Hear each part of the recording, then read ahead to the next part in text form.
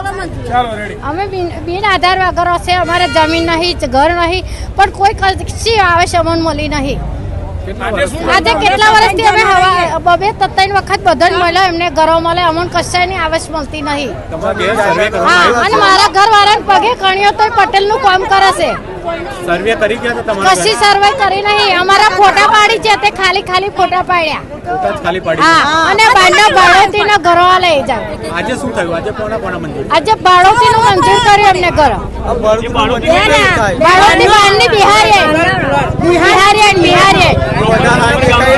હા, આપડે ગામની નહીં.